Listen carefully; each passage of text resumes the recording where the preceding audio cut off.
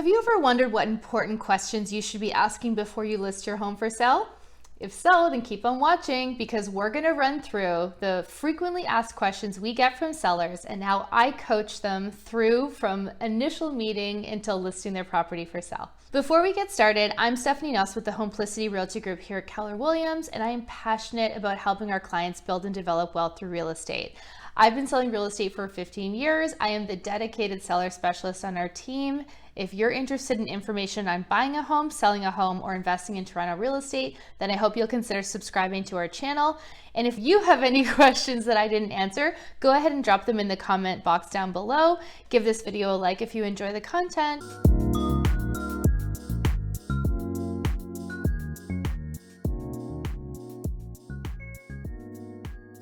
And without further ado, let's start with the number one question that sellers ask me when considering selling their home, which is, what is the best time to sell?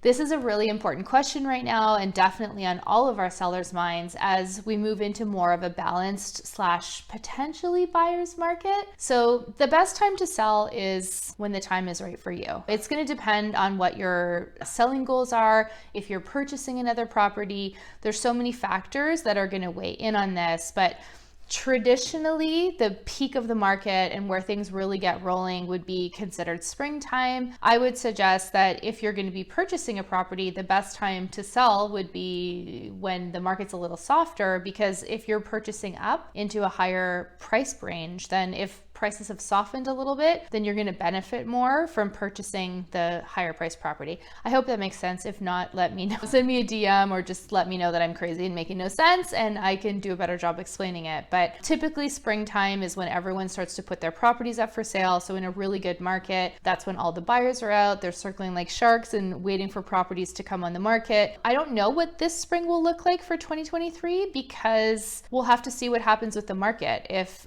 people can all of a sudden start listing their homes and flood the market with inventory, then it's possible that we would see a soft spring. Typically, we see a little bit of slowdown in the summertime, which we're at right now, and then paired with the Bank of Canada increasing interest rates, typically we will see a little bit of a slower summer market for sellers, just a little bit more inventory, and it does tend to pick up after Labor Day. I'll definitely be watching inventory levels, and I will be interested to see what happens when the Toronto Real Estate Board releases our numbers next week to see what happened for the month of July. So I'll have a keen eye for that. Should you be setting up your property for multiple offers? We're in a market where the only properties that I would be listing for multiple offers would be something really, really unique, or if my client's goal in holding back on offers for a week is just to get the property sold in 1 week versus hitting the highest price possible. I feel like there are certain instances where a multiple offer scenario would be beneficial to sellers, and that's a case-by-case basis. That's something that I'm sitting down and discussing with my clients when we're coming up with a pricing strategy. But for right now, if our client's goal is to net the highest price possible on their sale, then typically we're looking at a more traditional pricing structure, which is listing close to where we think the property will sell and building in a little bit of leeway for negotiation. And we figure that out by taking a look at what properties have been selling for the last 30 to 60 days. If it's 98% or 95%, then we'll typically try and build in a little bit of a buffer to allow buyers the opportunity to negotiate. Multiple offers, I'm on the fence. It depends. If we have a really unique property and my clients just really want to get it sold in a week, then there's certain instances when we would do it. But most of my clients want to just hit the best price possible. And the way we're doing that is with a traditional pricing strategy right now.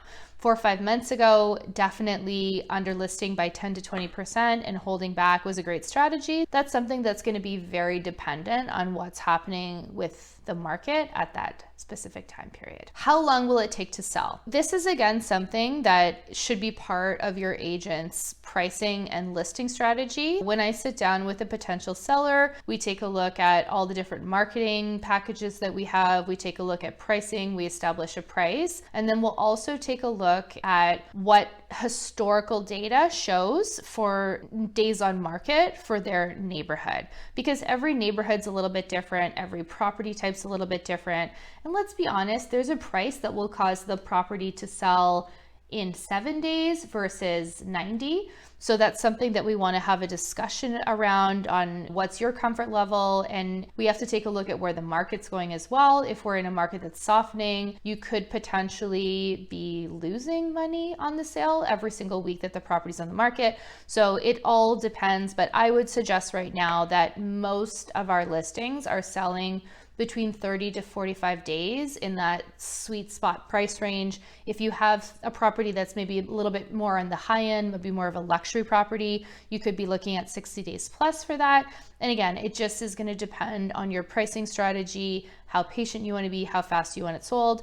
But I would suggest that you should budget between 30 to 60 days to get the home sold and expect for it to be on the market. That's sort of what the expectation should be. And that's how we're advising our sellers. What is a typical closing date? Well, we just talked about that. Typically, I'm advising that our sellers will sell their property first based on the market. We will sell it typically with a 60 to 90 days. Closing date or move-in date, the date that title changes and the keys go from you to the new purchaser, is something that's negotiable. There's three main things that are always going to be negotiable in any offer. The first one is always price, that's king. The second one is typically the closing date, and then the third one is conditions in the offer. When we're talking about closing date, if most of our sellers, I would say 95% of them, are opting to sell their property first right now, we're usually factoring in about 60 to 90 days to allow my clients the opportunity to be shopping for and making a purchase and having it an offer and having it accepted. So that allows us time to shop for the new home and for my clients to have the satisfaction and just peace of mind that their property is already sold. We can also have some conditions in the offer that we have the opportunity to extend the closing date if we need to with a certain amount of time. There's a whole bunch of different ways to work that,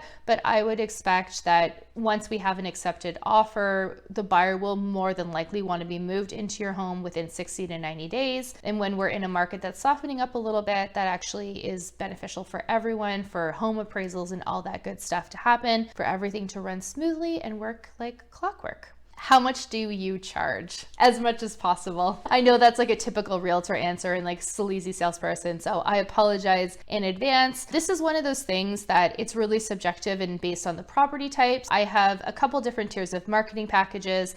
I know that every seller has a number in the back of their mind that they're looking to walk away and net from the sale of their property. So my goal as a listing agent is to come in, have that conversation with you, take a look at what you need to net, what your expenses are, and just work backwards on what I think the best strategy will be to get you to that number. Not every client wants the full Monty staging, painting, virtual tours, drone footage of the property. Not every seller wants to pay for it, and not every home needs it. I have a couple different tiers of marketing packages ranging from 4% all the way up to 6%, and that will just be dependent on what we feel will have the best result to market and sell the property for the maximum amount to net you the most in your pocket at the end of the day. And when we're in a softer market like we are right now, sometimes we'll even offer a higher bonus or a little bit extra marketing, like commission, over to the buyer agent to incentivize them to sell the property faster and pick it over some of the other ones. There's a whole bunch of different things that we can do, and that's something that we'll work together to create a custom plan. You'll know exactly how much I'm going to be charging, how much is going to go to the cooperating or the buyer's agent, and then what all your penalties or fees are. We'll deduct that from your lender, from your lawyer, all that good stuff, so that you'll know exactly what you will have left in your pocket at the end of the day, and you can choose which package works for you. What do I do to market the home?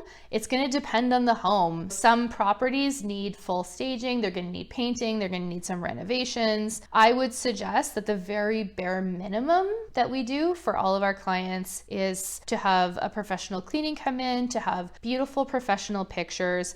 I actually feel like pricing is one of the number one things that I can do for marketing. I know that's a separate thing and sellers hate it when I say that, but there's two things that we can do to market your home effectively and have the best possible sale and sale price for you. And the first one is getting the price right. So I think all marketing starts with pricing. And then the second one is to make sure that the property shows beautifully online. We have a gorgeous website, homplicityrealty.com, and all of our listings are showcased on there. We're going to post it on MLS, the Toronto Real Estate Board, board like Treb, where there's 70,000 agents, and we're going to make sure that the pictures look amazing and that we've coached you and prepped you on how to prepare the home for sale. And sometimes there's little inexpensive fix-ups you can do that will really help the property pop, and sometimes things that I don't want you to do that could hinder the sale or impact the sale price. That's all part of the strategy. It's all part of our discussions at the time of marketing. And like I said, we have extensive marketing that we'll do, like flyers and postcards and open houses every day. It just depends on what we think will sell the property for the highest possible price. So if you're interested in selling your property and you'd love to have a custom marketing plan drafted up for your property, I'm happy to do that for you. Feel free to reach out.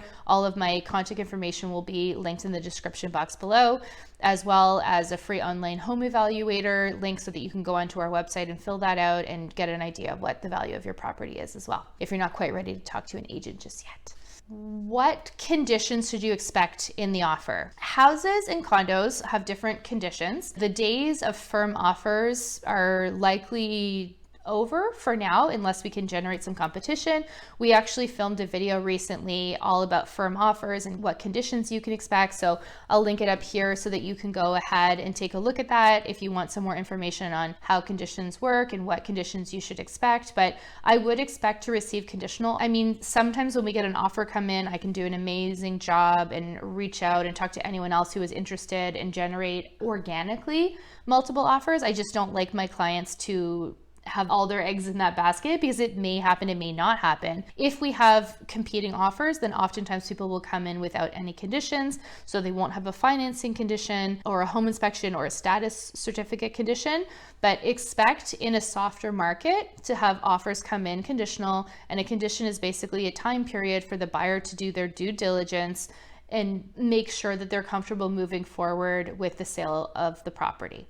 I would expect for condos to see a condition on the status certificate review and condition on financing. Typically financing for 5 days and status certificate for 2 days. I try and have the status certificate ordered and prepared ahead of time so that we can provide it to the buyer as soon as the offer has been accepted, and hopefully have the entire transaction firmed up within a week. And likewise for homes, you're likely going to see a 5-day condition on financing as well as condition on the home inspection, depending on which package you opt into. Our selling packages for homes, we will typically include a pre-listing home inspection in that.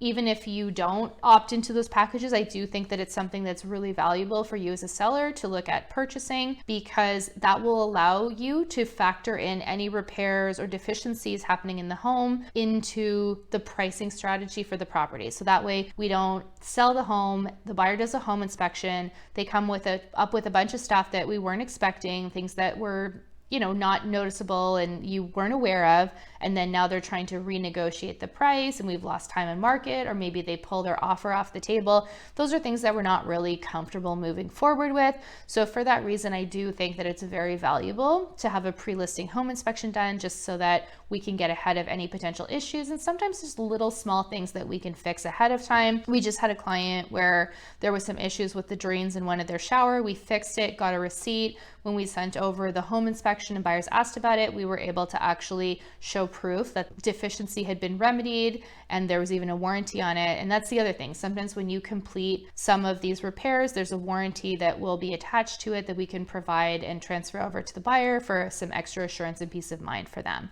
So do expect that there'll be some conditions. Hopefully we can get ahead of them and still have everything closed properly, but there is always the possibility that when we have a conditional offer that the purchaser will change their mind and decide not to move forward with the transaction, in which case we have to remarket the property. That's another conversation. How much are closing costs?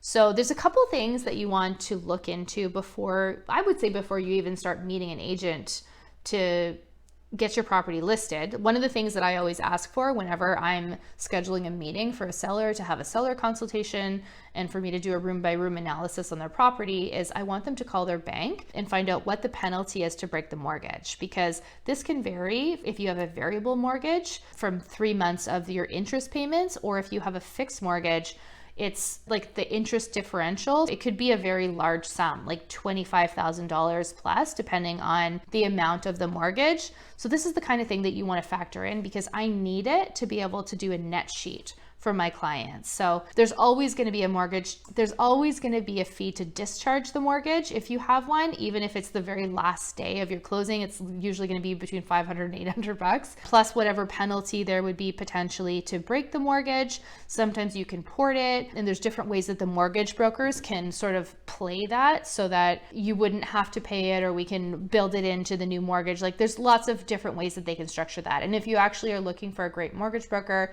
we have a couple that we work with extensively. They're amazing. I highly recommend them. So I'm happy to flip those names over to you if you want to just DM me. So you're going to have potentially the discharge fee for the mortgage. You will have the penalty to break the mortgage if there's any, and then you're going to have legal fees, which is typically about $1,000 to $1,500 plus HST and potentially some disbursements on top of that for the lawyer to actually close and take the title off of the property and transfer it to the buyer on the closing date.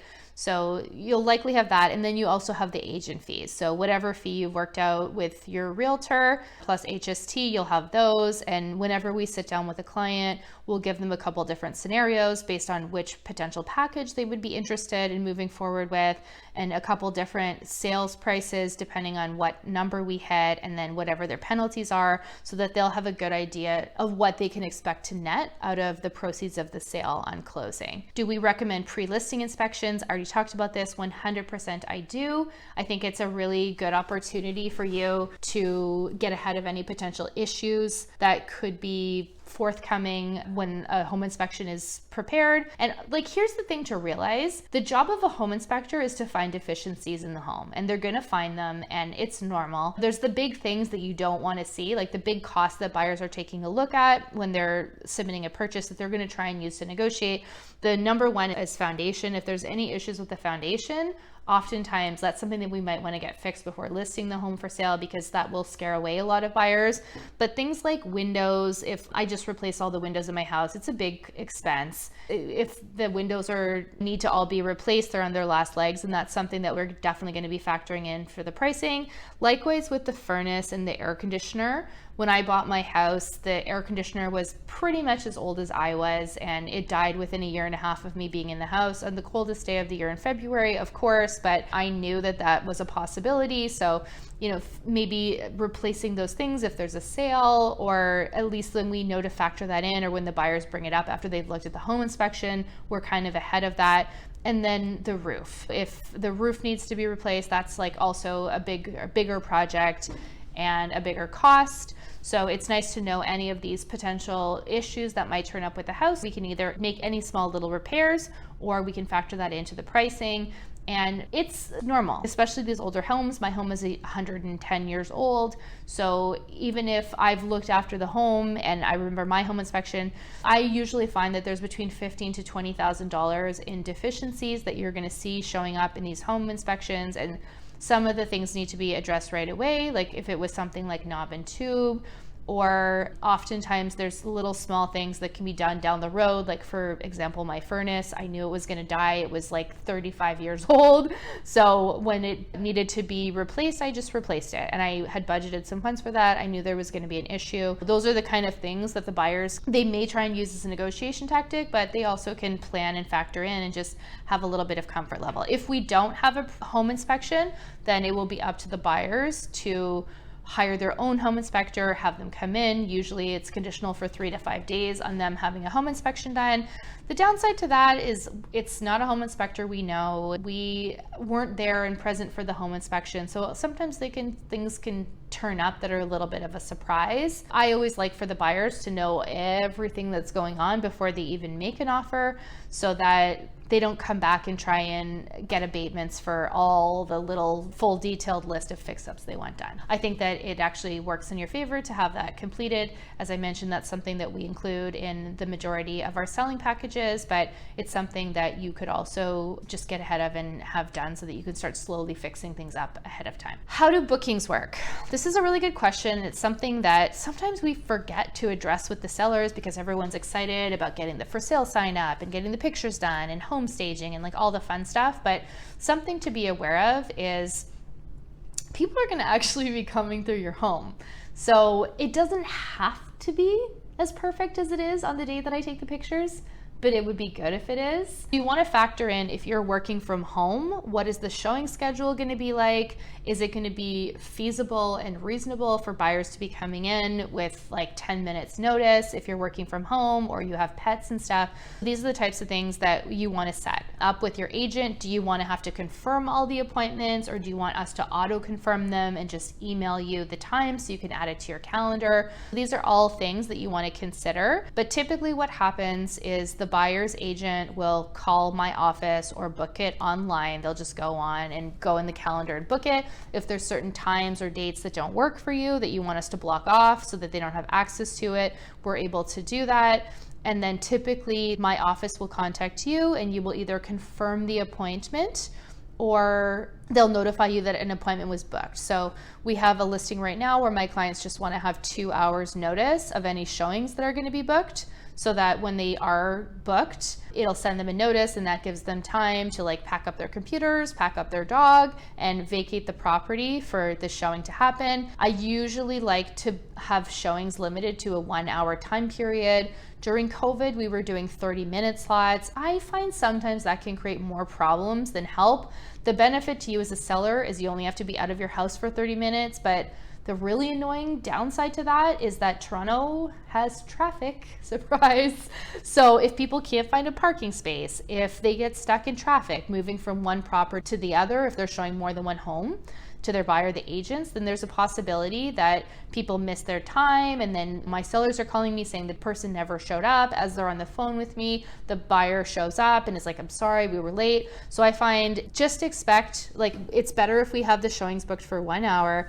So especially in the evening times and weekends when it's your schedule's a little bit more flexible too, and expect that people could book appointments at any time. So you want to keep the property in decent condition, but it's nice to have that 1 hour time period. And we try and ask agents, please be polite. If you're going to be late, let us know.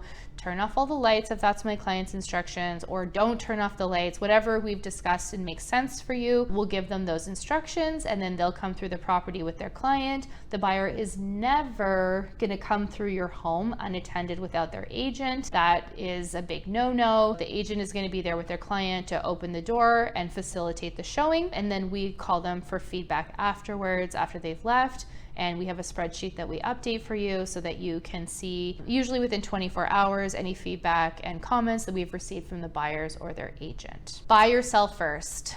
I mean, I think we discussed this already. I think this really depends on your purchasing goals and your situation. I have some clients that have to be in a certain school district, or they want to be in a specific condo building, or they want to be on the same street as their parents. If that's the case, it's going to be really hard for me to sell your property first and to hit that target of this like very special particular property. Having said that, it's very stressful in a market that's a little bit softer like this to do that, because you lose a lot of your leverage and negotiating power. And unless you have a plan B, a plan C, there's a very strong possibility that if the market's softening, you're going to be very stressed. So for your sanity and peace of mind, I think it does make sense for about 95% of our clients that they sell their home first. We know how much money they have to transition to the new property. We know what the closing date is. It's just an easier situation. In a very, very robust, strong market, then I would typically tell my clients, you should buy first, because it's harder to buy than it is to sell. That's really dependent on market conditions. But as of today, I would suggest that about 95% of our clients are selling their home first before they're purchasing a property. That doesn't mean they're not shopping for a property at the same time and having something in mind.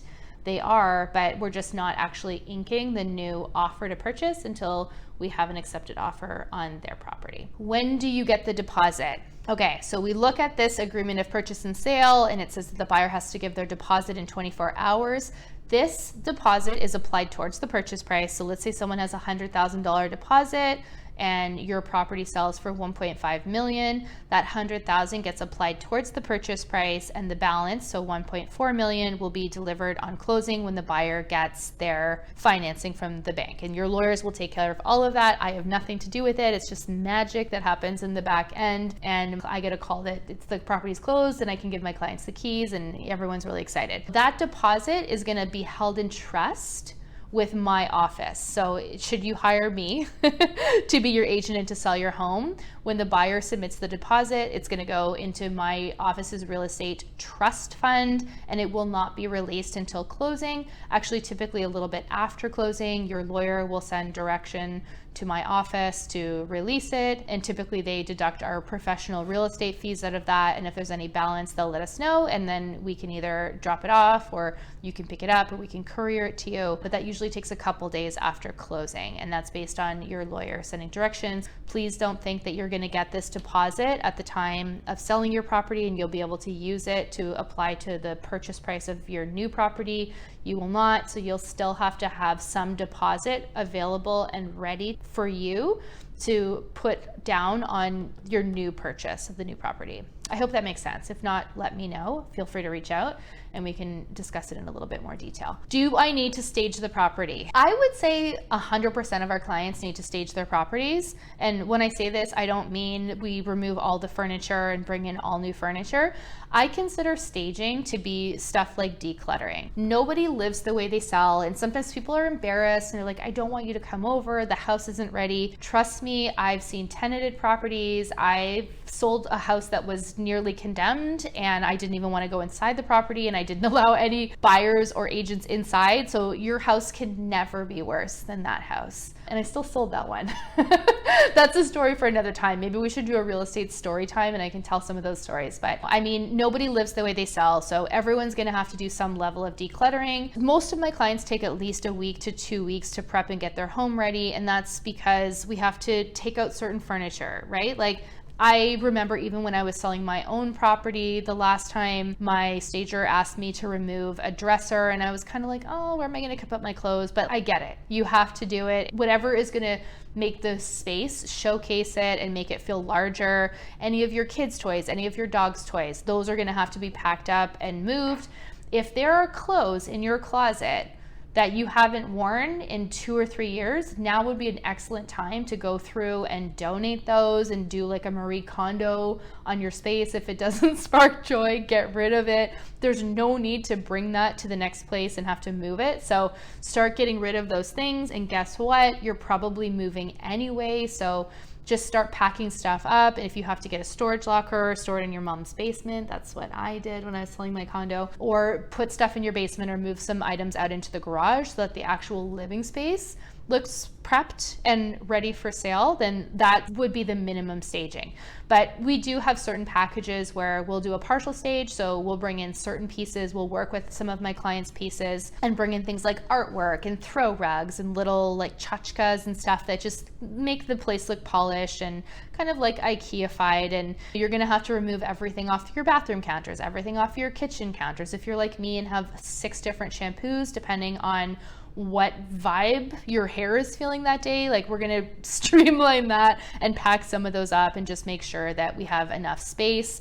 But those are the minimum things. And then we have some clients that we do a full stage. It's either a vacant property, they had a tenant that moved out, or they've already moved out of the space, or they have really large scale furniture pieces or really dark heavy furniture pieces that don't showcase the space as well and make it look a little bit smaller. Sometimes removing all of those heavy pieces and bringing in chrome and glass and like white bedspreads and white sofas. Like if anyone has a child or a pet out there, you're probably not gonna opt to have a white sofa in your space, but I mean, they look amazing in staging photos. So it's going to depend whether or not you're living in the space, whether or not some of those stage items are going to work for you. But I would suggest that a lot of our clients do end up doing like a medium to mini stage where we bring in some artwork and some throw rugs and pillows and smaller tables or some smaller pieces, and take out their nightstands and bring in matching lamps and some of those things that you always said you were going to do and you never got around to doing.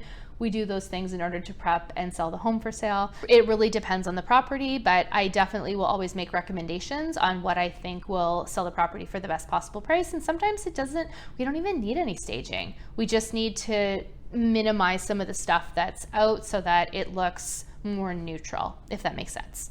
What should you do to prepare? We just discussed that. So oftentimes, like most of my clients, when we come in, we're starting from ground zero and we have to come up with a plan on what to do. But if you're somebody that's watching this and you're considering selling and you want to do this at a more relaxed pace, then I think it makes 100% sense for you to start decluttering. Patch up that paint.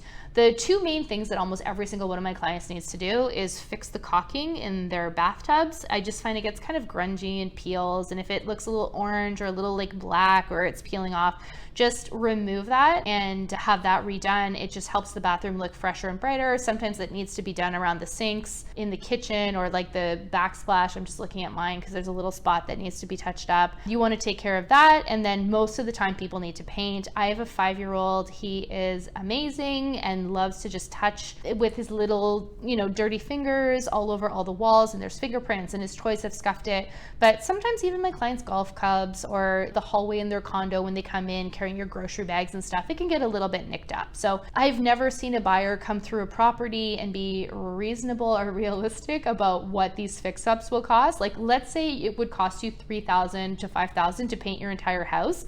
Buyers are coming through and they're like $10,000 for painting. So these are the kind of things that you definitely get your return on. If you have any broken appliances, you want to replace those. If you have light bulbs that are burnt out, you want to replace all the light bulbs.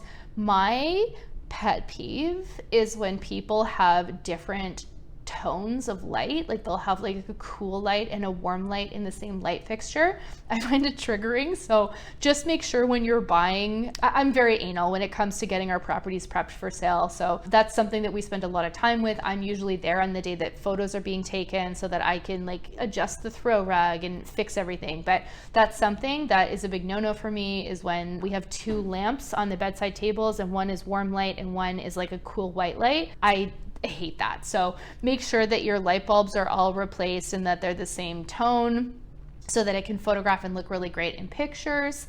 If we need to have extra lamps and stuff brought in so that the room is brighter, let's do that. So basically just that kind of stuff, right? Like start packing up, start removing any of the sofa that you hate, that you want to pitch. Maybe just buy the new sofa that's going to look amazing and you're going to bring to your new house. You get to enjoy it a little bit now. It's going to help with the staging costs and help your space look a little bit better. Stuff like that. Like let's not bring all the old things that you don't like into the new space. We can start getting rid of them. That gives you time to sell some pieces, like some of your kids' toys and stuff if you don't need them. If we start ahead of time, it's nice to kind of get ahead of that stuff so that you're prepared. And that way we can be actively looking for properties for sale. We can get your property listed. Everything can kind of happen simultaneously without a big delay, because we have to start really prepping the property. Because like I said, it takes most of my clients at least 2 weeks to kind of pack up all the extra stuff, drop things off at the donations, have like the neighbor come pick up the furniture they bought off Facebook Marketplace. So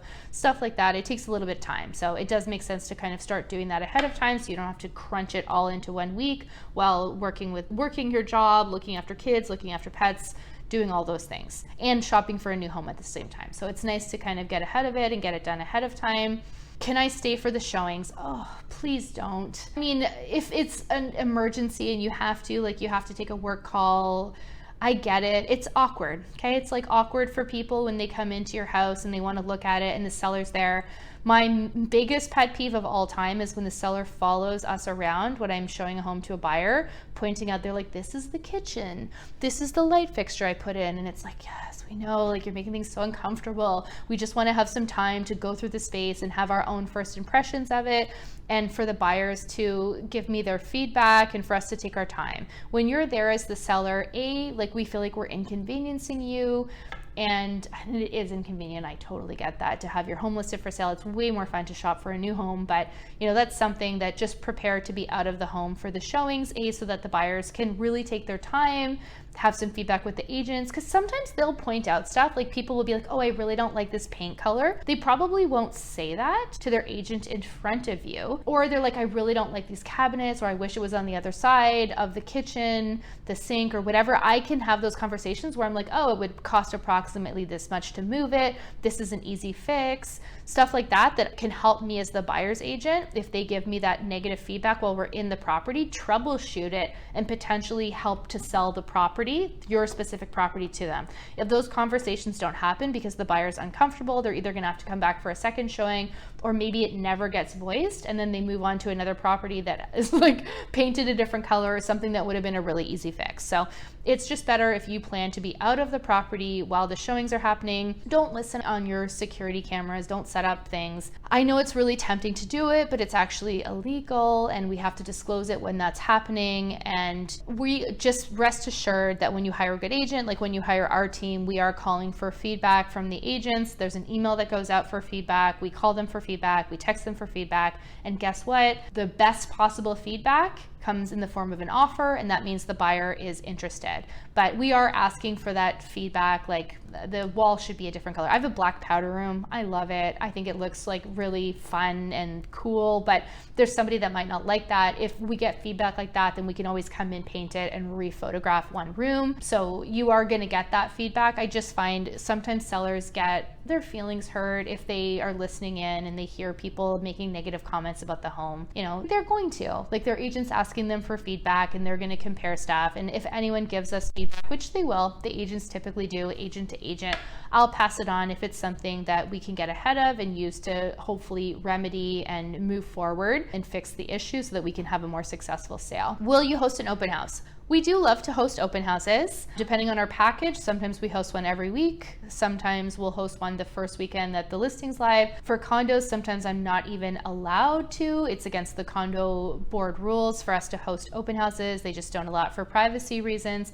Here's the thing. I like open houses as an agent because it allows me the opportunity to talk to other people who are potentially going to buy a home, or maybe they want to see what marketing I'm doing because they're considering selling their home. That's advantageous for me as an agent. It's more of a lead generator. There's only a 1% success ratio for selling your property through an open house. So there's a lot of better things that I can be doing with my time to get your property sold for you specifically, like from your perspective as the seller. If there's such a low percentage of people, like my time, I think personally is better spent for where you're looking in calling agents and having conversations with agents and calling potential purchasers. Anyone that's just walking in through an open house is probably someone that's long out. Like they're probably 6 to 18 months out from making a purchase, or there's someone that's also interested in selling their house, and if they're selling a home in their area, they're probably not buying your house. That's the reality. Agents like doing open houses because we pick up new clients from it. Not to say that potential buyers won't come through your property, they will, but they usually have an agent. So I like it when I can talk to someone else. Like I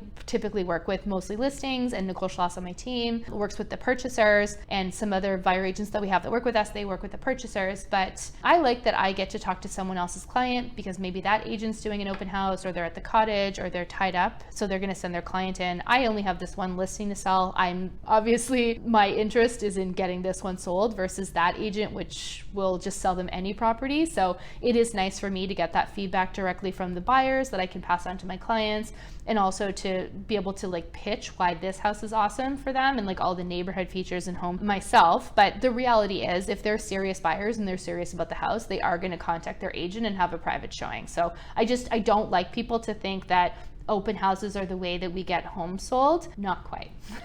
The main things that we need to do is price the property and have it show really well online, and know how to spin any potential issues with the neighborhood or with the home to agents and to any purchasers that call us directly. Can I live in the home while it's listed? I would say that most of our clients are doing that right now, just because we're in more of a balanced market, and you're probably going to have between 3 to 5 showings a week. If we're not hitting those 3 to 5 showings, then we likely have a bit of a pricing issue, and we're going to have to look at improving the price or making some adjustments.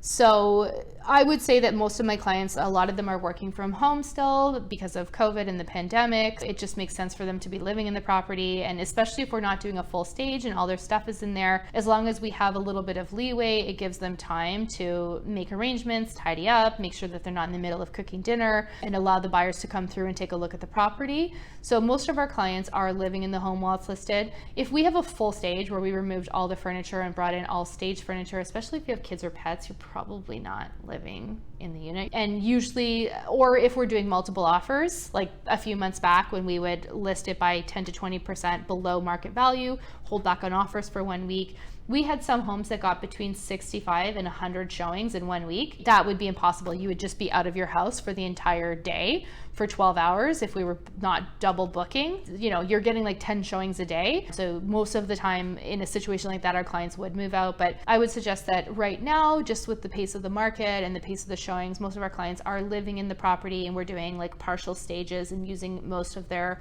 own furniture. So it's super manageable for them to do it. But we have some clients that opt to go up to their cottage for the summer or stay with in-laws if they have little kids or pets, or to have the pets, if they're just nervous about people coming through, have the pets staying with family or friends, or pet daycare during the day when the showings are happening and they wouldn't be available to take them out for a walk. So it just really depends on your lifestyle, but I would suggest that it is manageable for, you know, with the pace of the market right now, for most of our clients to be living in the space as we have it listed for sale. How much notice will you have for showings?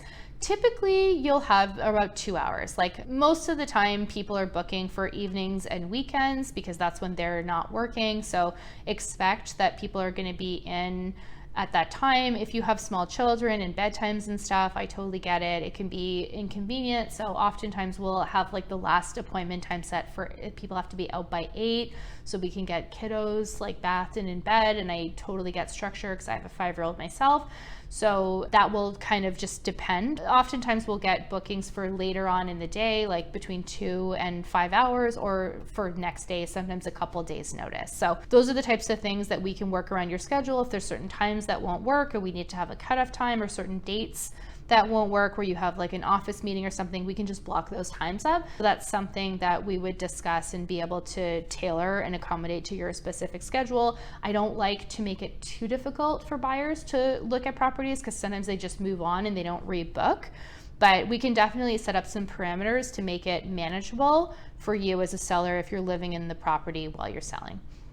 What happens after you list? This is a great question. At the time of listing, typically we will sit down, we'll sign all the paperwork, you'll give me a key, I put a lockbox on the property so that buyers can access it. If it's a house, we'll put a for sale sign up so that people can drive by and see, and they can call me, and it's just easier for buyers to find the home. You'll get copies of all the paperwork, it'll go to my office, we'll give them instructions on how you want to have the showings flowing and laid out, and then you should expect to have between 3 to 5 showings a week. Every Friday, we have a meeting with all of our sellers. So we'll send a weekly update with how many bookings we had on the property, the link to your Google Drive that has all the feedback from all the agents in it, and that you can look at daily. And then an update of anything new that got listed, anything new that sold, if we're having any open houses this weekend, and any different marketing pieces that we've done and worked on for the property. So you get your weekly update. If we're not hitting the 3 to 5 showings, especially within the first 2 weeks, we'll probably have a conversation about improving the price. I'm always available to have these conversations with you, so feel free to reach out if your property is actively listed, or we are having communication daily, especially if there's any really good or really negative feedback that we get from agents around the property, or if something new gets listed. I'm looking every day. We set up our clients on alerts too as well, so that you'll see anything new that got listed and anything that got sold, but it all comes in a summary once a week. And you should expect that it will take probably between 30 to 60 days to get your home sold, just based on the market. And if we think about it, if most buyers are going to look at between 10 to 15 homes before making a decision, and we're looking at 3 to 5 homes a week, we can kind of reverse engineer backwards what that would look like and figure out if we're on track. So once we get an offer, we will set up a time to review it together and make any adjustments and counter offers, and it kind of goes from there. Typically the photos and stuff, depending on how much marketing and how many videos and virtual tours and floor plans and all that stuff, basic photos I can get back within 24 hours, but I would suggest some of the more complex stuff is going to be between 48 and 72 hours. We just want to build that in.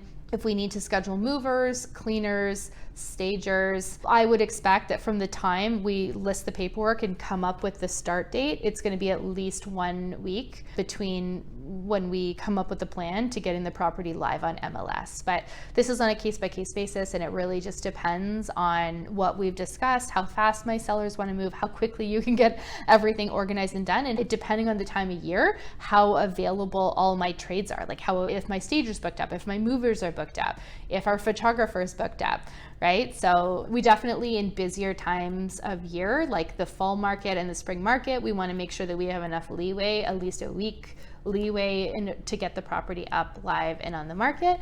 And then we just wait for an offer to come in, and hopefully we have something that is exciting to you, and we can bat it back and forth until we have an accepted agreement, and then the home purchase starts if you're working off of our traditional plan right now.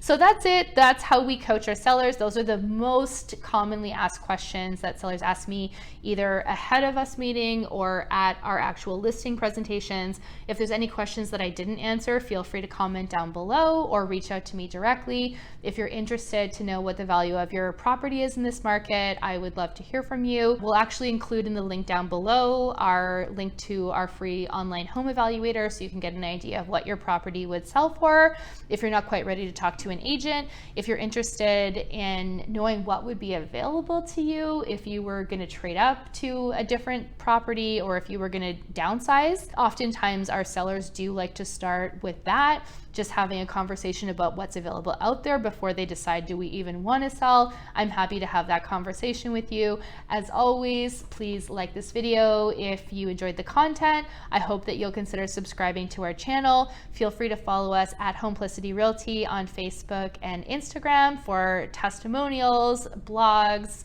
lots more videos and good stuff. And until next time, bye for now.